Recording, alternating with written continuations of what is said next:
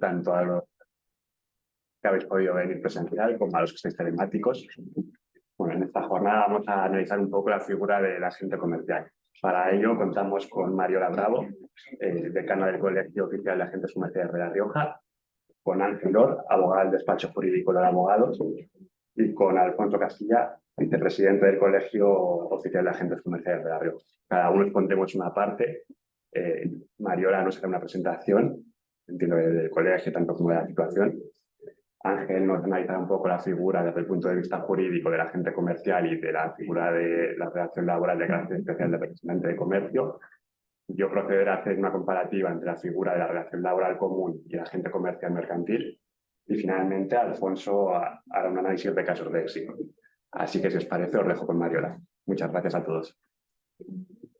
Buenos días a todos. Lo primero que quiero agradecer a la Federación de Empresarios en el marco de colaboración que tenemos con ellos, pues el que nos permita exponer a los empresarios y a los agentes comerciales un poquito pues, lo que es la figura del agente comercial, recordar las funciones que puede realizar para la empresa y bueno, ponernos a disposición también de las personas que quieran ampliar información, pues que visiten el colegio, que nos visiten a nosotros y allí pues les explicaremos las dudas o las cuestiones que quieran plantearnos.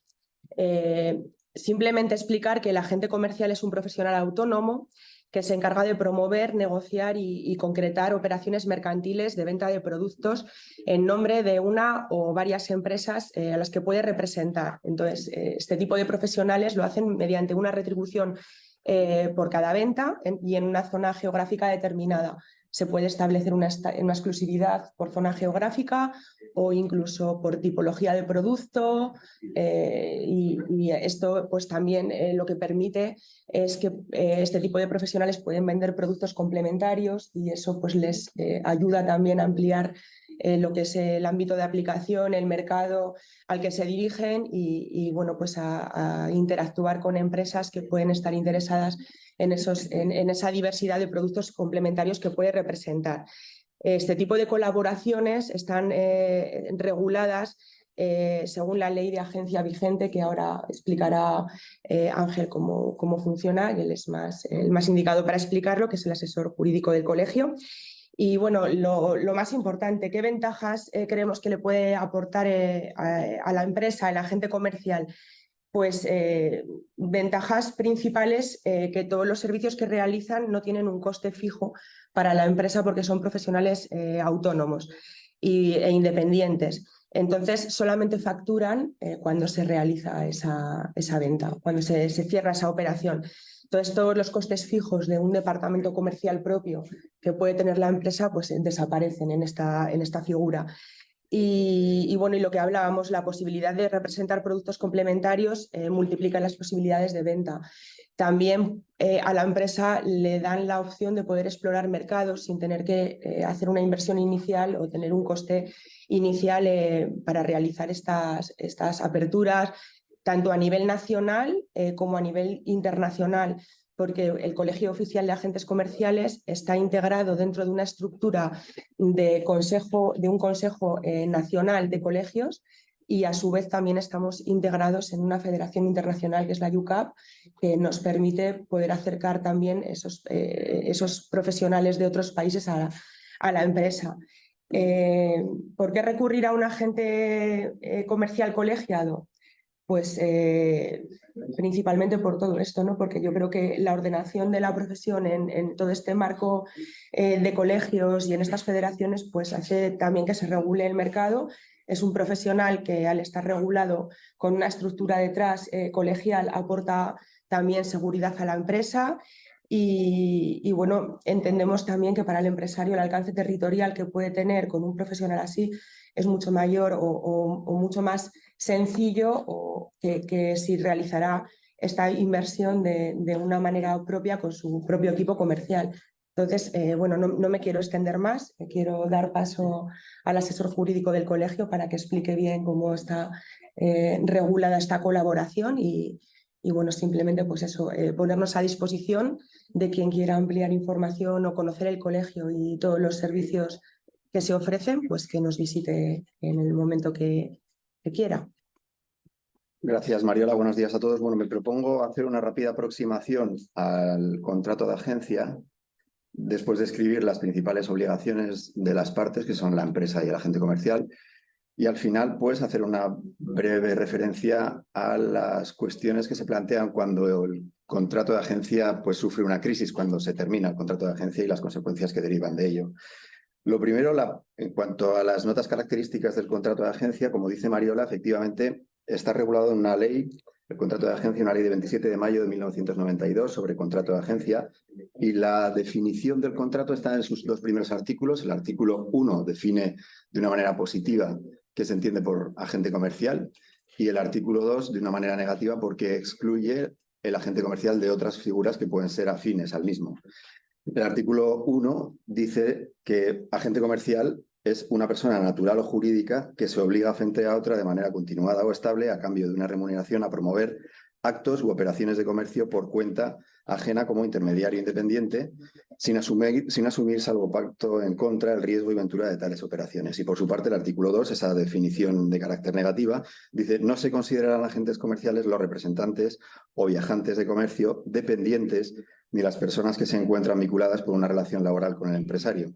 Se presumirá, dice, que existe dependencia cuando el que se dedique a promover actos u operaciones no pueda organizar su actividad profesional ni el tiempo dedicado a la misma conforme a sus propios criterios. De la lectura de estos dos artículos hay dos notas fundamentales que definen la figura del agente comercial y al final bueno, pues llevan a la conclusión de que una relación entre una empresa y un intermediario es de agencia comercial, con base en dos notas. Primero, que se trata de una relación continuada o estable. El agente comercial mantiene esa estabilidad con el empresario y esto lo diferencia de la figura del comisionista mercantil, que está referenciada en el artículo 244 y siguientes del Código del Comercio. Un comisionista mercantil también recibe una comisión cuando interviene en un acto o una operación, pero tiene una misión concreta: intervenir en un acto o en una operación, o varios, pero de una forma concreta, no estable. No existe esa estabilidad que sí que tiene el agente comercial.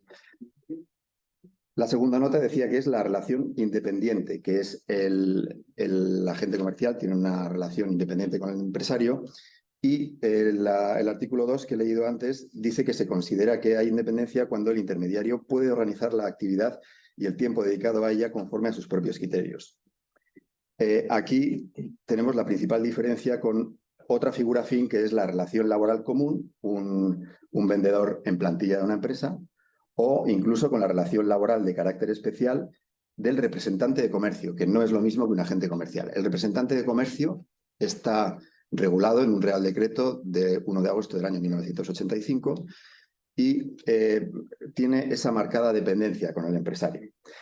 ¿Qué se entiende por organizar la actividad y el tiempo dedicado a esa actividad conforme a los propios criterios de uno? Pues eso significa que, pese a que tanto el agente comercial como esas otras figuras afines puedan tener unas instrucciones generales por parte del empresario, el agente comercial no tiene un horario concreto, no tiene por qué ir a trabajar un día concreto, no tiene por qué seguir un itinerario concreto en sus visitas y no tiene al final esa vinculación de dependencia con la empresa. No tiene tampoco que mandar informes periódicos que tal vez pueda tener un representante de comercio que sí que es dependiente.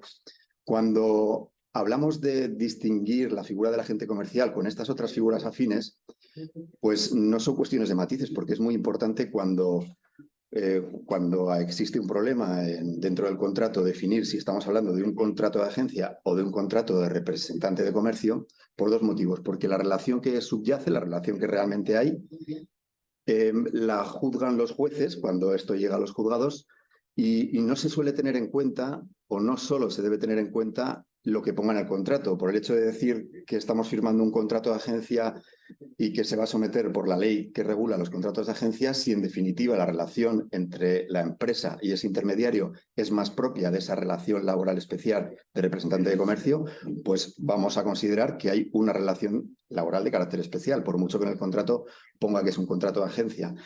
El Tribunal Supremo dice, en este sentido, que los contratos son lo que son y no lo que las partes dicen que son. Es una regla para interpretar los contratos. ¿Y por qué es importante determinar si estamos ante un contrato de agencia u otro tipo de contrato? Porque esto nos va a marcar la ley sustantiva y la ley procesal que se va a seguir cuando hay un problema. La ley sustantiva es la ley del contrato de agencia, es decir, cuáles son las obligaciones de cada parte y qué pasa cuando termina el contrato. Y la ley procesal o adjetiva es cuando sucede un problema, ¿a dónde vamos a discutir? Cuando se trata de un contrato de agencia, vamos a ir a la jurisdicción civil. Y cuando se trata de una relación laboral de carácter especial, un representante de comercio, se acude a la jurisdicción social. La jurisdicción social, todos sabéis que es más tuitiva, más protectora de la parte más débil, que es, en este caso, el representante de comercio. Tengo que decir que la mayor parte de las relaciones actuales hoy son de contrato de agencia, más que de representante de comercio. Tal vez porque se busque igualar a las partes en el contrato y no partir de esa inferioridad, vamos a decirlo así, que tiene el representante de comercio con la empresa. Por tanto, es muy extraño hoy tener una relación de carácter laboral especial, aunque desde luego que la existen. Luego vamos a ver qué consecuencias tiene, cuando termina el contrato, sobre todo, estar en una relación laboral de carácter especial de representación de comercio. Una vez ya situados en una relación de agencia, ya tenemos que las partes han suscrito un contrato de agencia y realmente la forma de funcionar ambas partes, el empresario y el agente, son realmente de contrato de agencia. Vamos a pasar a describir cuáles son las obligaciones más importantes de cada una de las partes. Las obligaciones fundamentales del empresario son, según dice la ley del contrato de agencia, proporcionar a la gente muestrarios, catálogos y tarifas, claro, para que pueda trabajar, para que pueda ir a sus clientes y explicarles qué es lo que vende y por cuánto dinero lo vende, lógicamente. También dice la ley que es obligación del empresario proporcionar a la gente información, sobre todo advertir cuando el volumen de operaciones se prevé que vaya a ser sensiblemente inferior a la que la gente se hubiera podido esperar. Esta es la expresión que utiliza la ley. Es decir, que recae sobre el empresario la información del sector. No se puede dejar a la gente comercial la carga de saber en una zona geográfica cuál es la dinámica, la situación, y esto es una obligación que pesa sobre la empresa. Y por último, y por supuesto, la obligación principal del empresario es pagar la remuneración pactada a la gente comercial. La ley habla de esas tres obligaciones y yo añado otra más, y es las obligaciones que deriven del contrato. Las partes han podido establecer otras obligaciones más que no dice la ley. Las obligaciones de la gente, ¿cuáles son? Bueno, pues fundamentalmente ocuparse de promover y concluir actos de comercio con la diligencia de un ordenado empresario. Esta expresión de ordenado empresario es un estándar de comportamiento que utiliza la ley y al final dice pues, que tiene que ser un empresario, porque al final el agente comercial, aunque tenga menos medios que la empresa, no deja de ser un comerciante como lo es el empresario. Entonces, le obligan a comportarse con esa cualidad de ser un ordenado empresario. Además, se tiene que estar obligado el agente comercial a comunicar la información que disponga que sea necesaria para la buena gestión de las operaciones y en particular de la solvencia de terceros con los que existan o vaya a existir relaciones comerciales. Evidentemente, el agente comercial es conocedor de la situación y el comportamiento a efectos de pagar las facturas de los clientes. Por eso es importante y es lógico también que el agente comercial tenga que dar a la empresa esa información sobre la posible solvencia o falta de la misma de los clientes de la zona. Y también se le exige, según la ley, llevar una contabilidad independiente de los actos y operaciones relativos a cada empresario, porque el agente comercial, como ha dicho antes Mariola, puede representar a un empresario o a varios empresarios y se le exige llevar esa contabilidad independiente y ordenada. Y aunque la ley habla de esas obligaciones, yo añado otra más. Una obligación del agente comercial, aparte de cumplir lo que se diga en el contrato, es no incurrir en una serie de prohibiciones que establece la ley de agencia. La más importante, una de las más importantes, donde me quiero detener, es en no concurrir en el mercado con otros empresarios que puedan vender productos de la competencia. El artículo 7 de la Ley de Contrato de Agencia dice que el agente puede actuar por cuenta de varios empresarios, excepto si consta por escrito un pacto en contra. Aquí la ley, en esta primera parte del enunciado del artículo 7, está pensando en esas situaciones en que el agente comercial está vendiendo un producto, suministros industriales, y no necesita el permiso de ese empresario para vender otro producto de otro sector, si quiere. Vamos a imaginar, aunque no es común, que también venda sector textil, no es lo habitual, pero no necesitaría el permiso de ninguno de los dos empresarios para vender los dos tipos de producto, según dice la ley. Pero cuando sí que necesita el permiso expreso del empresario es cuando sucede lo que dice la segunda parte del artículo 7. Necesitará consentimiento del empresario con quien haya suscrito un contrato de agencia para ejercer por su cuenta o por cuenta de otro empresario una actividad profesional relacionada con bienes o servicios que sean de igual o análoga naturaleza y concurrente o competitivos con aquellos que se haya obligado a promover. Es decir, cuando los productos de un empresario que va a poner en circulación en una zona determinada pueden entrar en colisión con otros productos de otro empresario, se exige el consentimiento expreso de la empresa. Y a mí, cuando el agente comercial me consulta si este producto concurre en el mercado con otro, pues la verdad es que yo creo que hay que ser muy restrictivos y rigurosos y no tirarse al monte en este sentido, exigir del empresario, pedirle al empresario que dé su autorización por escrito y que conozca exactamente que va a ponerse a vender un producto que puede entrar en colisión con ese otro producto que vende al primer empresario. Además, hemos observado que la ley habla o se refiere a unos términos muy realmente amplios, o sea, que vender productos que puedan ser concurrentes en el mercado o competitivos, pues es un concepto lo suficientemente genérico como para conducirse con mucho cuidado en este sentido. Porque veremos luego que es uno de los motivos que podría dar lugar al empresario a terminar el contrato con la agente sin derecho a indemnización.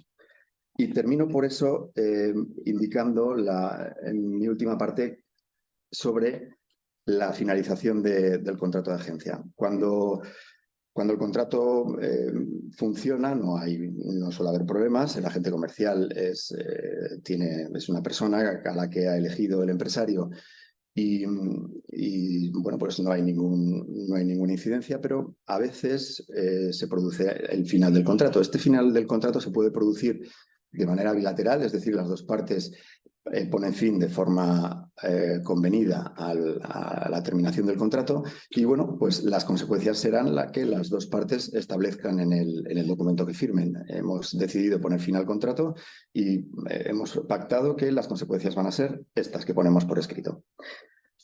Pero la finalización del contrato puede ser unilateral, es decir, una de las dos partes decide, por el motivo que sea, terminar la relación. Cuando hablamos de una decisión de terminar el contrato de forma unilateral, puede ser el agente el que dé el paso, puede ser la empresa, y puede ser justificada o injustificadamente.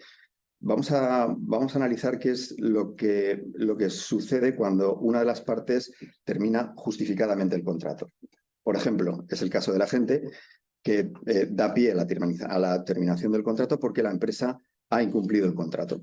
O bien el empresario no paga o la empresa exige rebajar las comisiones de un 10 a un 5%, o yo representaba la zona de La Rioja y Navarra y la empresa ha decidido que ahora me quedo sin la zona de Navarra, que era la mitad de mis ingresos, y me produce un perjuicio en mi facturación. Y esto sería una terminación del contrato unilateral promovida por el agente comercial, pero justificada. He puesto fin al contrato porque se ha producido un incumplimiento de las condiciones del contrato que son sustanciales para mí. La empresa también puede dar pie a la finalización del contrato de manera justificada. ¿En qué términos o en qué situaciones? Pues, por ejemplo, porque la agente se ha descubierto y actúa para otra empresa competidora vendiendo un producto igual o análogo, que es a lo que me refería anteriormente. En ambos casos, cuando se produce una resolución del contrato de manera justificada o motivada, no hay obligación ni de preavisar la finalización del contrato ni de indemnizar en la finalización del contrato, porque hay esa justificación, un incumplimiento de la otra parte. También se puede producir una finalización del contrato de manera injustificada, es decir, que una de las dos partes da pie a la terminación del contrato sin un motivo que tenga amparo legal. En este caso, existe obligación de indemnizar. ¿En qué situaciones va a producirse esta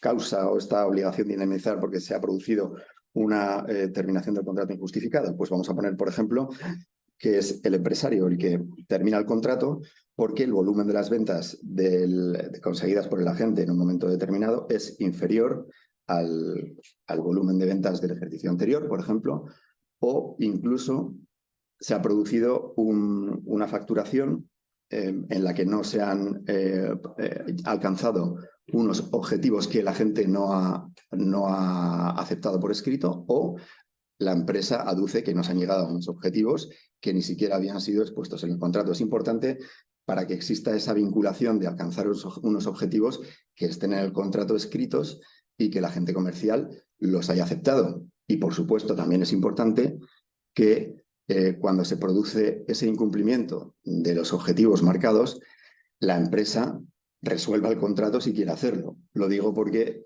es relativamente habitual que se establezcan unos objetivos que son inalcanzables y que año tras año no se alcanzan, no se cumplen por el agente comercial, y lo que no puede suceder es que tras 5 o 6 años de incumplimiento de los objetivos marcados, el empresario en el año 7º, después de muchos incumplimientos, decida que este año voy a incumplir los objetivos. Lo que dicen los tribunales en esas situaciones es que ha habido una aceptación tácita por parte del empresario de que esos objetivos que le marcó desde el principio han sido inalcanzables, porque desde el primer año pues, no ha habido ninguna consecuencia al hecho de no haber alcanzado esos objetivos. Por tanto, esa es un ejemplo de una resolución del contrato unilateral e injustificada del empresario, que daría lugar a que el agente comercial tenga derecho a reclamar las indemnizaciones. Y precisamente en cuanto a esto último, gracias. Voy a hacer referencia brevemente a qué se enfrenta el empresario cuando termina injustificadamente el contrato, las indemnizaciones que están previstas en el contrato de agencia. La primera indemnización que el contrato a la que me voy a referir es a la indemnización por clientela. La tiene regulada el artículo 28 de la Ley de Contrato de Agencia.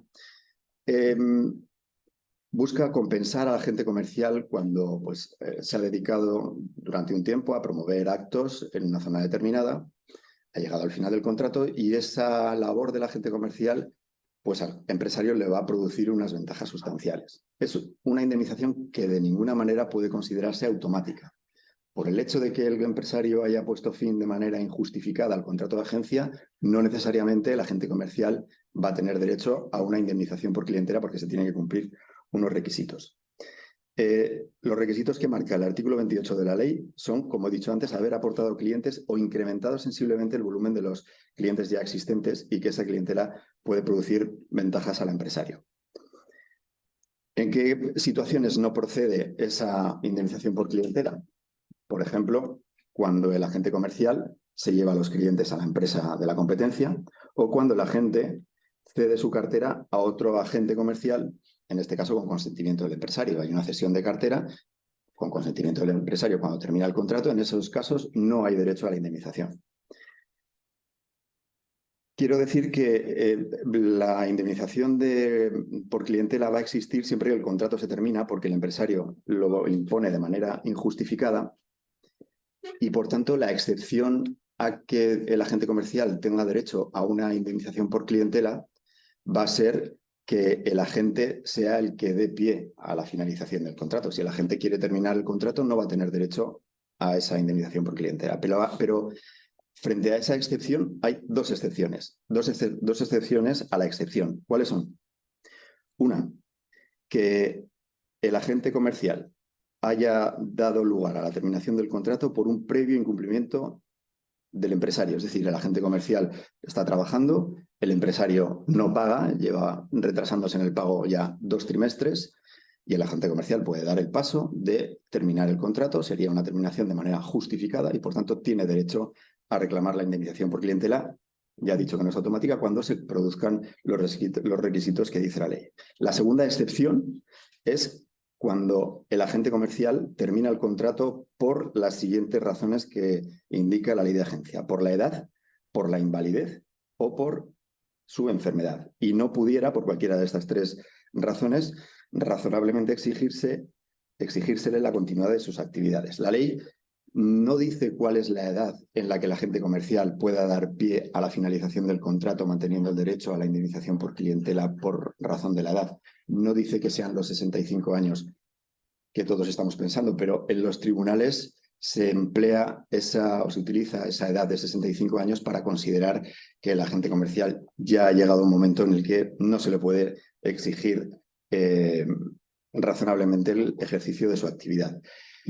Normalmente solemos acompañar, cuando esta situación llega a los tribunales, pues una prueba de, aparte de la edad, cuáles son pues la situación de salud general de la gente, para que el juzgado entienda que efectivamente no se le puede exigir razonablemente el cumplimiento de sus actividades, porque ya digo que la ley de agencia no marca una edad concreta. El importe de la indemnización por clientela está definido en el artículo 28, de manera que el legislador ha previsto un máximo, y ese máximo es la media anual de comisiones tomadas con base en las que ha percibido los últimos 5 años, cuando el contrato ha durado 5 años o más. Es decir, el tope de la indemnización es una anualidad de comisiones. Si el contrato ha durado menos de 5 años, pues la media se utiliza o se averigua sobre la base de todas las comisiones que se han percibido durante toda la vida del contrato. Pero la ley establece un máximo. Esto significa que cuando no hay un acuerdo entre la empresa y el agente para establecer esa indemnización por clientela, y desgraciadamente llega a los tribunales, el juez puede moderar la indemnización y rebajar ese máximo. ¿En qué situaciones el juez puede bajar el máximo de la indemnización por clientela que establece la ley de esa media anual de comisiones?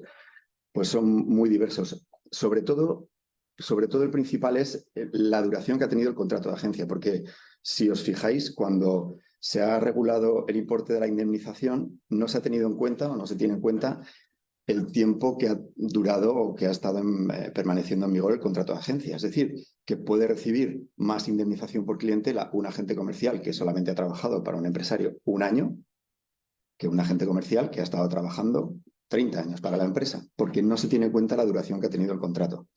Sin embargo, en los tribunales los jueces son sensibles a ello y puede sufrir la indemnización una rebaja por esta circunstancia. Puede el juez pensar que es injusto que el empresario tenga que pagar una anualidad de comisiones, que es lo que ha ganado el agente comercial en el año que ha estado trabajando, y por eso la puede rebajar. O puede también moderar la indemnización cuando la empresa pues está empezando a dar signos de falta de competitividad en el mercado. Aunque los agentes que he aportado, pues a la empresa le van a servir para seguir trabajando con ellos, pues no está tan bien. O también puede moderar la indemnización cuando he aportado clientes, pero son solamente un 20% de los clientes que tiene la gente en la zona. Otra cosa que quiero decir en cuanto a la indemnización por clientela es que tiene carácter irrenunciable. La ley de agencia establece en su artículo 3 que los preceptos son imperativos a menos que la propia ley señale lo contrario. Y cuando regula la indemnización por clientela, no dice que no establece ninguna salvedad en cuanto a que las partes puedan pactar otras cuestiones. Esto significa, y es muy importante, que no tiene validez que en un contrato de agencia se indique que el agente comercial, desde el principio de la relación, ya renuncia a la indemnización por clientela. Eso no es válido. El contrato será válido, pero esa cláusula es nula. Y en el tribunal, en el juzgado, cuando llega el momento de pedir esta indemnización, no se va a tener en cuenta esa renuncia. La segunda indemnización por falta de preaviso, voy a ir un poco más rápido para no agotar el tiempo y que puedan mis compañeros seguir explicando las cuestiones que tienen encomendadas. Es la indemnización por falta de preaviso. Se impone en el artículo 25 la obligación de preavisar, de anticipar de la terminación del contrato con 1 mes de antelación por cada año de contrato y con un máximo de 6 meses. Es decir, si el contrato ha permanecido en vigor 7, 8 o 9 años, el máximo del preaviso son 6 meses. Si el contrato ha estado en vigor 3 años, pues 3 meses. Ese preaviso tiene que ser fehaciente, se hace por escrito para que no haya ninguna duda de que se está preavisando. Y es una obligación que tienen las dos partes, tanto para el agente comercial como para la empresa. Los dos tienen que preavisar.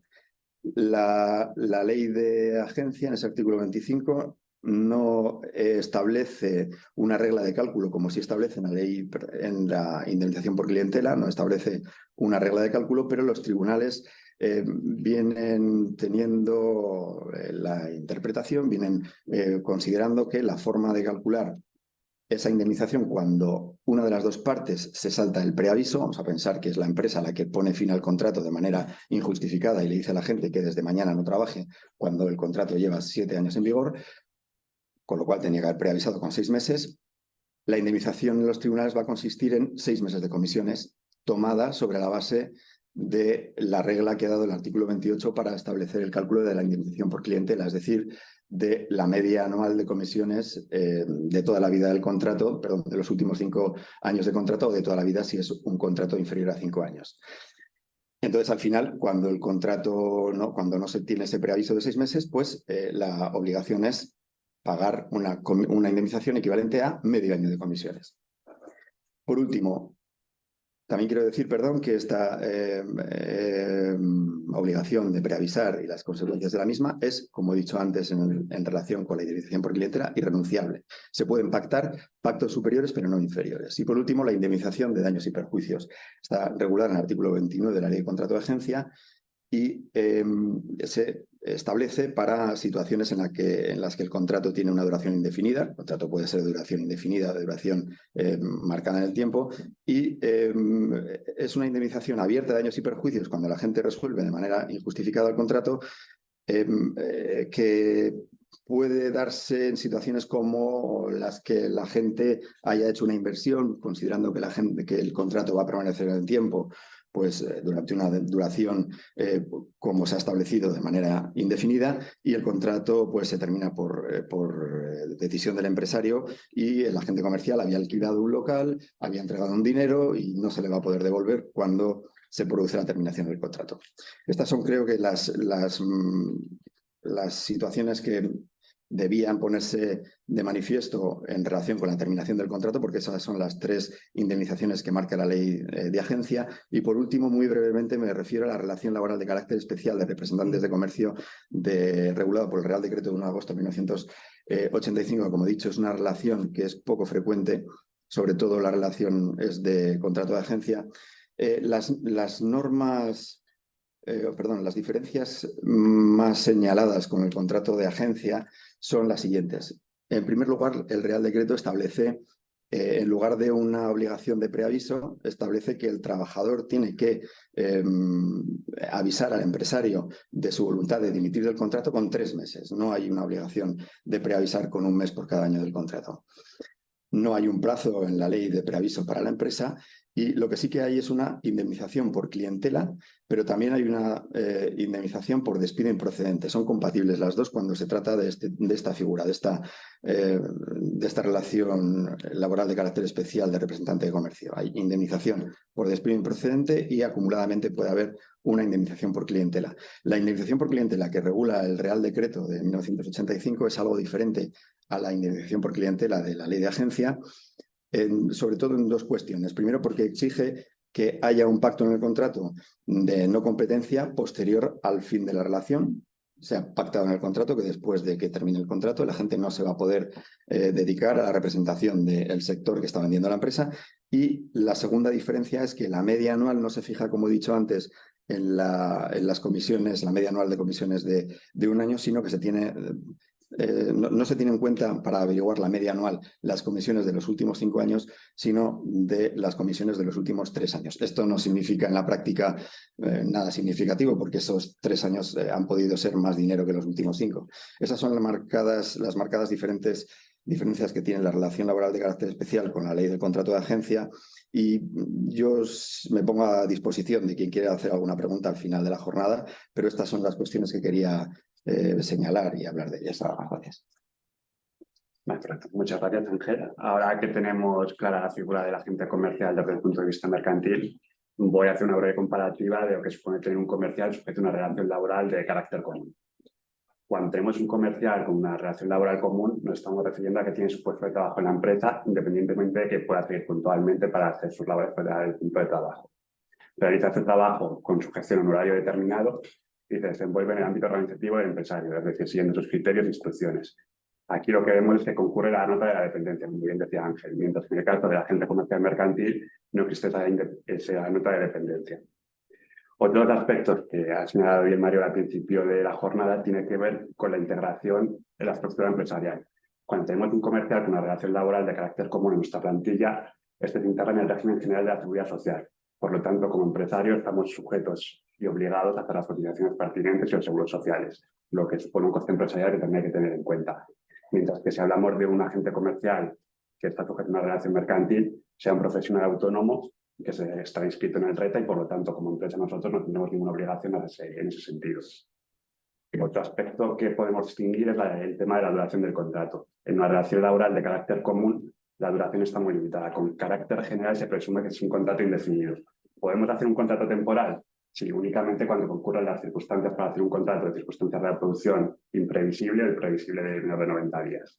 Pero son situaciones que son bastante particulares, especialmente después de la reforma laboral, el legislador ha tratado de limitarlo y fomentar el contrato indefinido. También podría llegar a caber un contrato de sustitución en aquellos casos que existe una reserva de puesto de trabajo. Por contra, en un contrato mercantil, la duración del contrato hasta que las partes hayan convenido.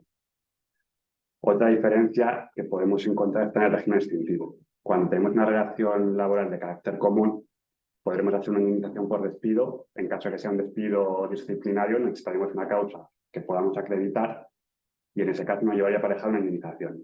En caso de que tengamos una causa objetiva, económica, técnica, organizativa, productiva, nos iremos a los 20 días de salario por cada año trabajado con un límite de 12 mensualidades. En estos casos hay que fundamentarlo todo bien en la carta de despido para poder probarlo. En el caso del despido objetivo, además, tenemos que dar un preaviso de 15 días al trabajador. Imaginemos que el trabajador nos lo reclama. Primero tendría que ir a una papeleta de conciliación y ahí ya intentaríamos alcanzar un acuerdo. No alcanzamos un acuerdo en el acto de conciliación, el trabajador, si quiere seguir, tiene que presentar una demanda ante el juzgado de lo social. Ahí ya el juez podrá decir si el despido es procedente, si es improcedente o si es nulo. En estos casos es muy importante evitar aquellas situaciones que puedan conllevar un riesgo de nulidad. Me refiero, por ejemplo, a casos en los que haya maternidad, no se haya hecho una reclamación previa del trabajador, esté disfrutando de una reducción de jornada por cuidado del menor y todos estos temas. Porque al final una nulidad lo que conlleva es que tengas que readmitir al trabajador y además pagar los salarios de tramitación. En el caso de que nos digan que el despido es improcedente, decimos las 33 días de año por año trabajado con un límite de 24 mensualidades, salvo que haya empezado antes de 2012, que también puede dar un tramo de los 45 días. Entonces, esta es una nota distintiva también respecto a la nota mercantil que puede tener un agente comercial. Como bien ha dicho Ángel, ahí pueden entrar temas de indemnización por clientela y resoluciones que hayan pactado.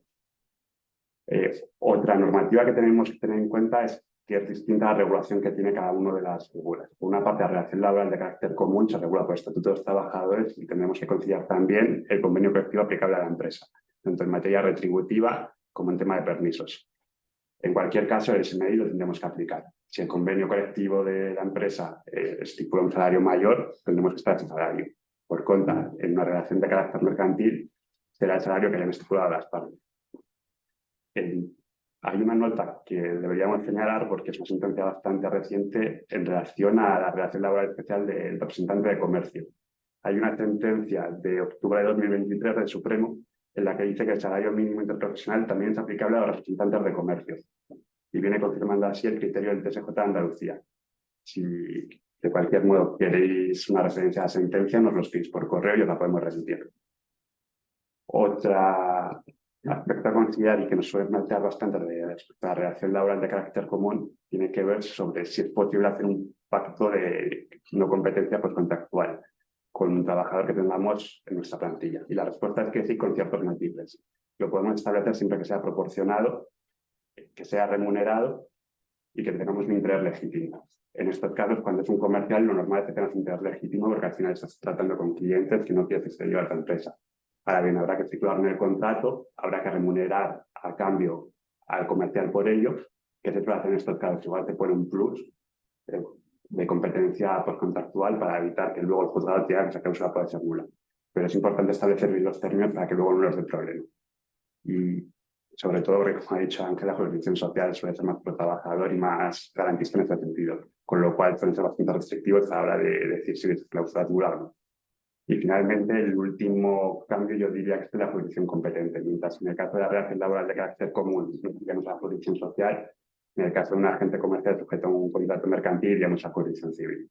Yo creo que estos son un poco los principales aspectos a la hora de distinguir las dos relaciones. No sé si os recuerdo alguno más que vosotros, pero yo creo que está todo. Pero si os parece, va a comentar ahora Alfonso algunos casos de éxito. Muchas gracias. Primero, corregir el enunciado de la jornada, porque como caso de éxito para un agente comercial creo que es abrumador, porque para nosotros el éxito viene fundamentado en la permanencia en el tiempo. Entonces, eso será valorable cuando finalice tu vida laboral o tu periodo de trabajo en este ámbito. Dicho esto, para mí, como mi experiencia personal, yo trabajo como freelance en multicartera en el sector del calzado, sector importantísimo en La Rioja. Y quería poner en valor 3 puntos. Como agente comercial, 2 son virtudes y uno es una demanda que paso un poco a explicar. Primero, nuestra capacidad autodidacta. Nuestra capacidad autodidacta que nos viene muchas veces forzada por la situación, por la sociedad, por el mercado, por los clientes, por los proveedores, cómo evoluciona todo.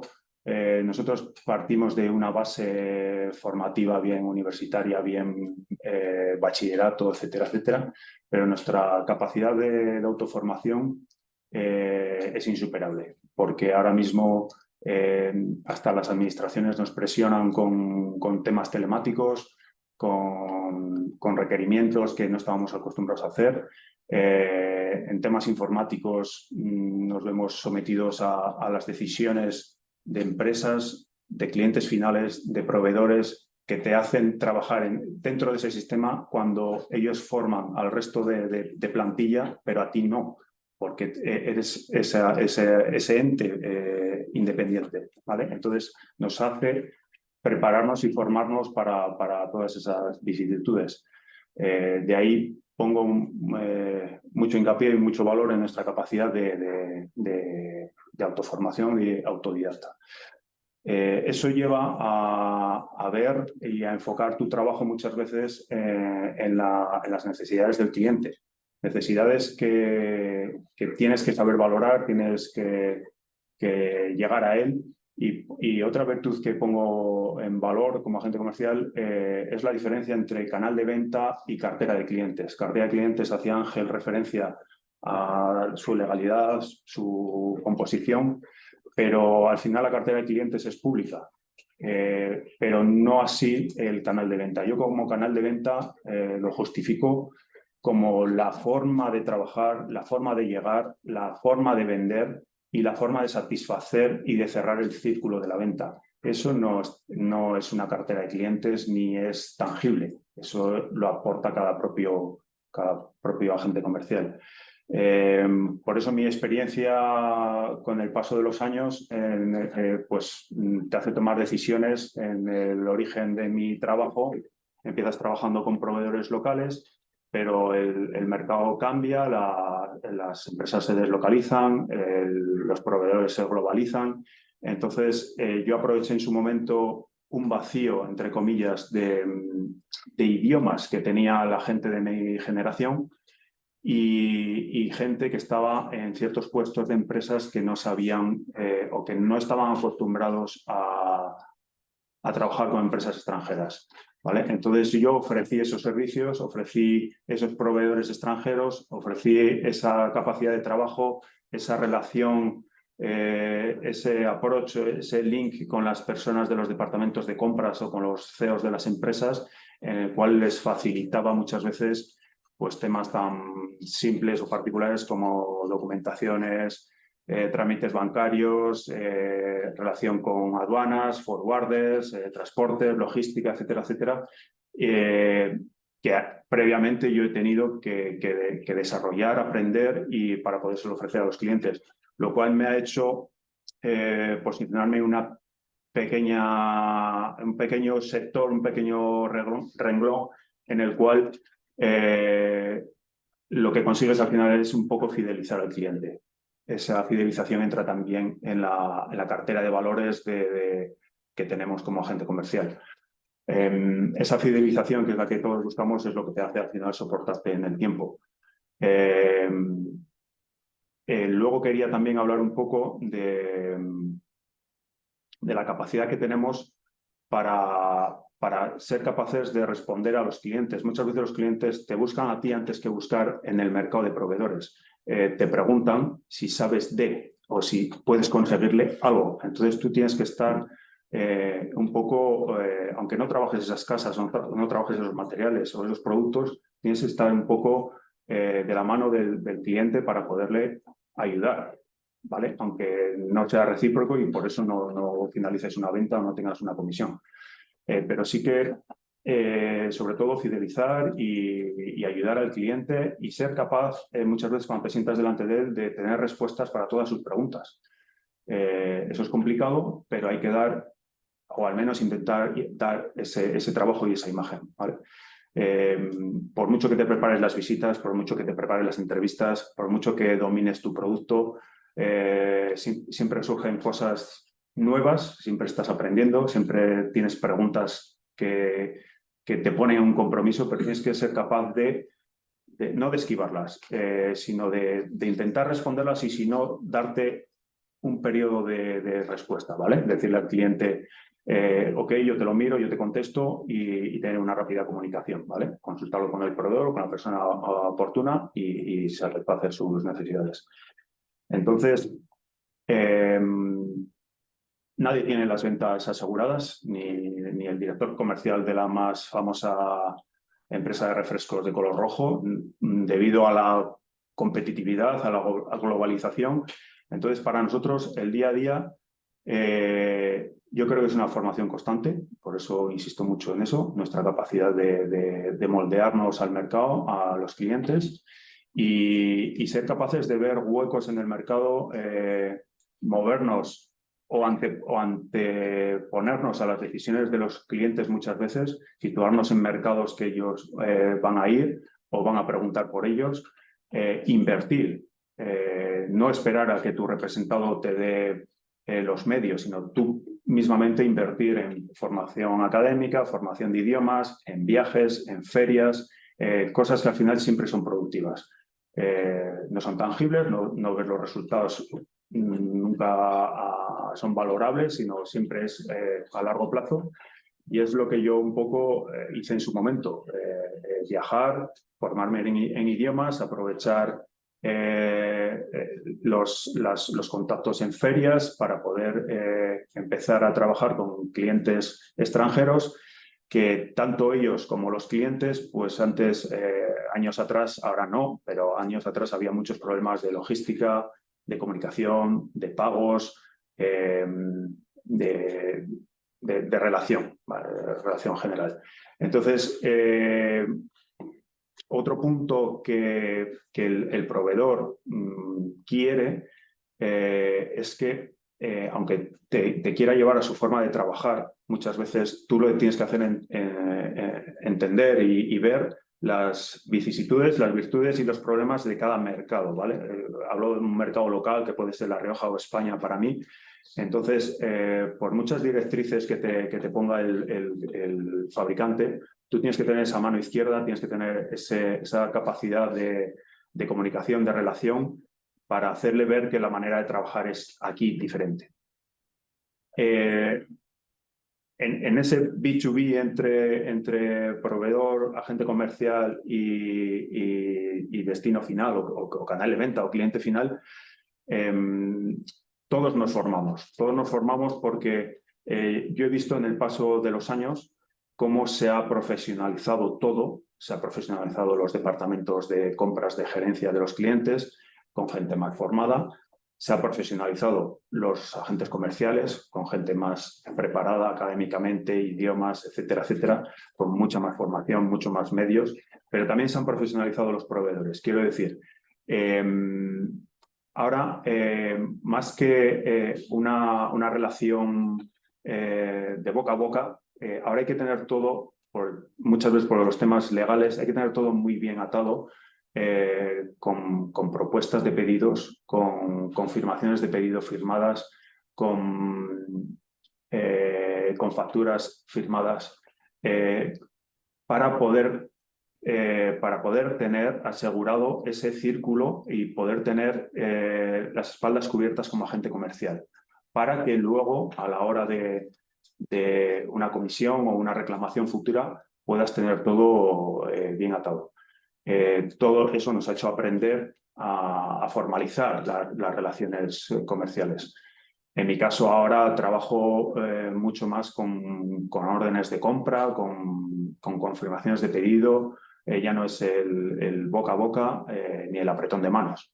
Ahora hay que dejar todo muy bien documentado, muy bien escrito y sobre todo para eso lo que buscamos muchas veces, y vuelvo a insistir, es estar presentes, ser siempre los interlocutores. Que no se nos salten. Para eso tenemos que estar presentes con todos los departamentos de la empresa, no solo el que compra y el que paga, sino con los técnicos, con los laboratorios, con las personas de almacén, con las personas de oficina, personas de recepción. Tenemos que estar presentes en las relaciones comerciales, ¿vale? Y para eso, bueno, pues hay que tener una seriedad, una capacidad de comunicación con los clientes y hay que, sobre todo, intentar hacer negocios cuando yo lo digo mucho a los clientes, yo no estoy aquí a hacer una operación esporádica, yo quiero estar aquí dentro de 5 años haciendo operaciones contigo. Entonces, tenemos que tratar mucho la imagen, la formación, la seriedad y el trato con todos los departamentos de la empresa. Y por último, quería hacer una reclamación, que no sé si Ángel tendrá alguna idea o cómo puede ir la legalidad a partir de ahora. Los agentes comerciales nos vemos ahora muchas veces vendidos en los canales de venta online, porque se hacen relaciones, se crean pasillos virtuales entre clientes y proveedores en el cual el agente comercial se queda fuera. Se queda fuera porque tú has hecho un trabajo de calle, tú has hecho una representación durante muchos años y de repente ves cómo el proveedor ha invertido en unas páginas web, en unos canales de venta, que por un lado en un principio era para dar soporte para sus clientes, sus tiendas, etcétera, etcétera, y ahora están vendiendo directamente al público. Entonces, ahí no, por lo general, y las noticias que tengo, no reconocen comisiones a los representantes, sea de la zona que sea o sea de la provincia, además. Entonces, ahí nos estamos quedando ahí en un limbo que creo que la ley debería avanzar por ahí y registrar de alguna manera, o para bien o para mal, pero tener claro que hay ahí un trabajo de calle que ahora nos estamos viendo un poco desangelados en ese sentido. Y yo creo que las administraciones, las leyes deberían avanzar igual que rápido avanza la globalización y el trabajo. Y por lo demás, pues nada, si queréis hacer una pregunta o, por supuesto, en el Colegio de Agentes Comerciales estamos dispuestos para contestar cualquier duda, cualquier experiencia propia y cualquier capacidad o ayuda para la formación de agentes comerciales actuales y futuros. Y muchas gracias. Alfonso, mientras se recibe alguna pregunta, yo a lo último que acabas de decir, sí que contesto lo siguiente. Vamos a ver, la ley de agencia, cuando regula las comisiones, lo primero que hace es diferenciar cuando el agente comercial tiene reconocida la exclusiva de la zona o no la tiene. Si tiene la exclusiva de la zona, normalmente las comisiones sean comisiones derivadas de ventas que se han producido las operaciones por la intervención del agente o porque directamente el cliente ha pedido a fábrica, van a ser comisiones del agente. Tiene derecho a recibir esas comisiones. Cuando no hay, me da igual que sea llamando por teléfono al cliente o a través de un canal online. Cuando no hay reconocida la exclusividad en la zona y hay varios clientes repartiéndose la misma zona geográfica, la interpretación actual que yo considero, o la que creo que los tribunales vienen considerando, mejor dicho, es que un agente comercial tiene derecho lo dice la ley de agencia, tiene derecho a percibir comisiones cuando haya intervenido en la operación, desde luego, y cuando no ha intervenido en la operación, cuando de ese cliente que ha pedido directamente a fábrica ya anteriormente haya realizado una operación que ha dado derecho a comisión. Entonces, yo, agente comercial, que he presentado a un cliente a mi empresa, ese cliente forma parte de mi cartera. Si ese cliente después le resulta más cómodo, en lugar de llamarme por teléfono para hacer un pedido, dirigirlo a través de la página web de la empresa, es una comisión derivada de un agente de un cliente de mi cartera. Entonces, yo creo que no dudo que habrá problemas en todos lados y que a lo mejor se resuelven de forma incluso contradictoria en un sitio y en otro. Pero yo creo que la tendencia actual es considerar que el agente comercial tiene una cartera de clientes que está definida porque anteriormente a ese cliente le ha presentado el agente a la empresa y por tanto las comisiones que derivan de las operaciones que ese cliente va a realizar son siempre del agente comercial, creo. O sea, creo que es la interpretación actual. Aunque supongo también que todas las los mecanismos actuales de poder realizar pedidos de forma virtual, online, ¿no? Pues me imagino que son un enemigo para la gente comercial de alguna forma. Bueno, a mí me gustaría hacer una apreciación también respecto a lo que ha hablado Alfonso, de lo que es la profesionalización y la capacidad también autodidacta y la preparación del agente comercial. Y quiero poner un poco en valor también la figura del agente comercial colegiado como profesional formado, específicamente en ello.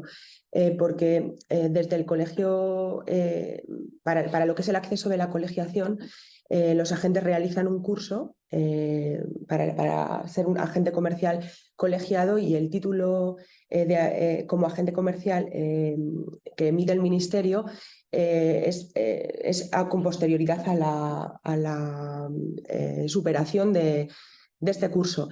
Y luego, aparte, ahondando un poquito más, el Colegio Oficial de Agentes Comerciales de La Rioja preparó, junto con la Universidad de La Rioja, hace ya unos años, y ha habido varias ediciones, un posgrado universitario que se llama Experto Universitario en Agencia Comercial, que bueno, pues ya desde el colegio se ha cursado, no sé si creo que en 2 ocasiones ya, y hay 2 promociones ya de agentes comerciales con esa titulación.